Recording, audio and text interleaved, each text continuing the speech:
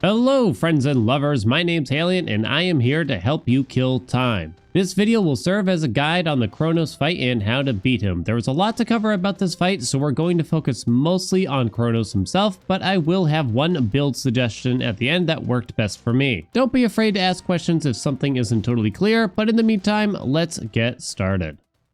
Let's get a few basics out of the way first that you're going to need to know.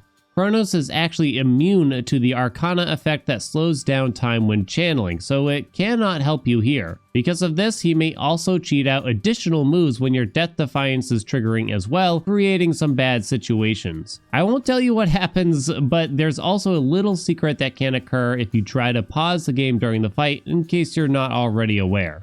Chronos has two phases, with each phase being broken up into multiple parts based on his current HP. Phase 1 has 4 parts and Phase 2 has 2 parts. Let's start with the very beginning of the fight though. There will be 6 minions around the rather small arena unless you picked up a buff from Hades first. I recommend starting by clearing them out and keeping your distance from Chronos as much as possible during this moment. The summons have an AoE melee move, but are easily stagger locked until they're dead and aren't a huge threat, I think. Now let's just go down the list of possible moves that Chronos has and how to handle each of them.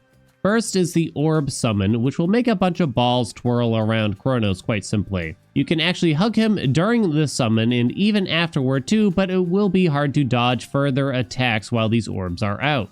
If you can get him to charge toward a wall, the orbs will bonk against it and disappear. Otherwise, you might have to just wait it out. Next is his charge move, which sees him lunging forward toward Mel, leaving behind a shadowy trail that explodes after about a second in a medium-sized AoE. If you're close to him, dashing behind does work, but you'll need to just move out of the shadows afterward. If you're able to keep your cast on him reliably, he will barely charge forward at all during this move, which will pretty much make it useless for him. Otherwise, you can just sprint around him in a circle to avoid it. He also has a swing move where he swings his scythe in front of him with a long windup. It has a pretty large cone area of effect and also leaves behind those shadows that explode, but at a much further distance from him. This one is easier to dodge if you're up close already, since it comes out rather slowly and you can kind of just walk behind him as he does it. Dashing last second works as well, but because of the long windup, the timing is tough to get the hang of, so I'd kind of just recommend getting behind him and staying there. The next move is probably everyone's least favorite. Chronos will sometimes throw his scythe and it will spin in a half-moon shape in front of him, severely punishing players who are at a medium distance away. The safe zones are right in front of him or behind him. The scythe doesn't come all the way back to Chronos after the throw, so you're relatively safe staying close to him after the throw begins. There isn't a long animation to this one, so it might be easiest to attempt to reactively dash through it to his backside where it's safe. This move, along with some others, really show that Chronos is most dangerous if you're at a medium distance away from him, so in my mind it's in your best interest to either be at melee range or really far range. He can also use this move up to 3 times in a row potentially, so yeah, watch out. The next move should be one of the easier ones where you can get some damage in, the Suck and Spin. Chronos will twirl his scythe in front of him, attempting to suck Mel in toward him and dealing quick damage if you get too close. The suck itself does not deal any damage, but it doesn't take long to get totally caught in it and suddenly taking multiple hits of 20 plus damage. He rotates rather slowly when trying to track Mel, so it's quite safe to just slowly keep walking around to his backside. Just don't get too close because you might accidentally touch his scythe while it spins there and take some damage. Chronos will also occasionally summon 4 banners in the arena, which will periodically provide all enemies near them with a stack of barrier, which blocks a single instance of damage. The banners will buff any summoned minions as well. These banners have pretty low priority and aren't especially dangerous. I'd save taking them down for when Chronos is either invulnerable or just rely on your AoE damage to get them taken care of. The last possible move in Phase 1 is the Teleport. Chronos will summon a golden ring around him, indicating he is about to use it. After doing so, a golden bubble will appear in his previous location and freeze any characters that touch it until it expires. This includes Chronos' summons as well. This one's not too bad, but can definitely be annoying when he keeps using it over and over. Just dash out of it and wait to see where he teleports to, and usually you get a free moment or two to get some damage wherever he winds up. Now that we've broken down the moveset of Phase 1, let's discuss what happens exactly and how the fight evolves. At 75% HP, Chronos will teleport back to his throne, summon more minions and a bunch of orbs around him briefly. Stay out of his area during this and just focus on killing the summons as quick as possible. At 50% HP, Chronos will not summon anything, but his moveset will evolve slightly. He can now use his charge and swing moves in combinations of up to 3. This is the hardest part of the fight potentially because this combo can be quite painful. Always assume he'll be using the full 3-part combo when it starts and prepare to dash through each repeatedly, or get a very large distance away. Keeping your cast down during this can help stop the charge from getting to you, but I think your best bet is to stay close and attempt to dash through each, counting to 3 each time. Easier said than done, I know. At 25% health, Chronos will stop and summon 2 more enemies, but with armor this time as well as more orbs around him briefly. Just take out the ads quickly so that you can finish off Phase 1. Before we move on to Phase 2, maybe it's time we move on to Phase 2 of our relationship. I'm talking about hitting that dirty little subscribe button. Come on, let's do it. Let's be naughty. Let's let everything loose. At the start of Phase 2, Chronos will always use what we'll call the insta-kill move.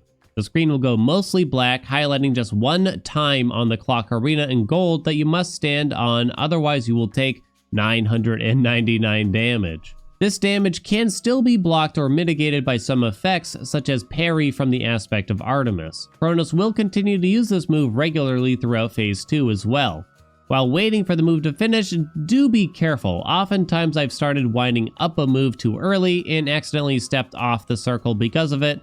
I'm looking at you, Mr. Axe. Chronos also retains most of the moves from Phase 1 as well. He can still swing, charge, throw, and suck just like Phase 1. Above 50% HP, he will only use the swing and charge singularly, but below 50%, he will go back to using them in a combo of up to 3 times. So let's talk about his new moves and start with the bubbles. Chronos will make a bunch of gold rings appear on the floor in the arena, which will summon golden bubbles to appear briefly after a couple of seconds. If you step into these, Mel will get stunned until they expire. You also cannot shoot most projectiles through these bubbles, by the way. You'll need to be standing at a medium distance to avoid these, and I'd recommend you remain mostly still once they're on the screen because there isn't a lot of space to move once they're there. Next, we have the second insta-kill move, but the safe zone is much larger. Chronos will teleport to the center of the arena and turn most of the screen black again, but leave a ring around him as a safe zone. This is typically a good time to get some free damage in since it's pretty easy to get to safety and it takes a while for him to come out of it. Chronos can also go to the center of the arena and summon a bunch of orbs that rotate around the entire area.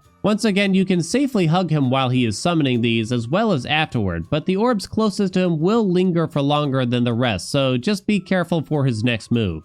A move that feels a bit more rare and infrequent is his slowdown. He will simply slow down Mel for about 5 seconds, making it harder to time when to dodge other attacks. Often this will come out while other things are happening, and it can be a bit scary. Just try not to panic dash at the start of it because it takes a while to get the dash back in slow-mo.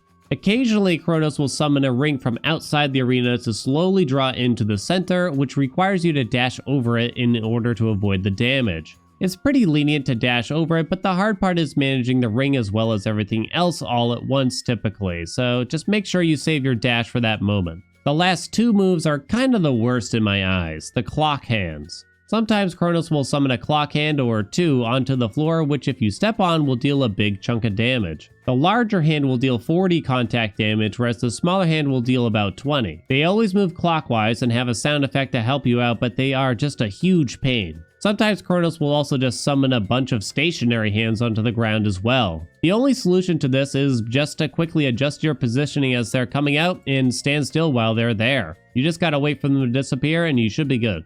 Once Chronos hits 50% HP in Phase 2, he will teleport to the center and start summoning Hourglass minions, starting at 12 o'clock, rotating clockwise 1 at a time. These are the same enemies we've encountered in Tartarus before. They don't have a lot of HP, but their biggest annoyance is that when they die, they drop a golden bubble that will stun Mel for a decent chunk of time. Now is a good time to cool off Chronos and slowly kill off the ads, but they do come out rather slowly. Another reminder that at this point he will start using his 3-move combo potentially. Oh yeah, also during the transition he will summon 2 rings for you to dash over and throw out a bunch of orbs around himself to stop you from standing in the center. But that's it for his moveset. The most hectic part is the start of the second half of Phase 2 with all of the hourglasses, I think. Keep your distance and focus on killing the ads while dodging moves for a bit, and I think you'll do great. I do, however, just want to quickly cover a loadout that I like in case you need ideas to take down the big baddie. My favorite is probably the aspect of Artemis for the daggers with a focus on heavy Omega attack damage. You can use the parry part of the aspect to block some of the more annoying moves occasionally, and it's fairly simple to use. Just throw Aphrodite's attack on and you'll be dealing decent damage already. Explosive Ambush and Skulking Slash are also great hammers for this aspect if you run into them. For Arcana cards, it really depends on your weapon and aspect, but there are some obvious ones you may want. Death Defiances are obviously a must, and I think the Lovers is actually quite good to block the first 3 instances of damage of all the boss fights, so I'd check that out, but I also have my current loadout that I use most of the time here on the screen in case you're interested.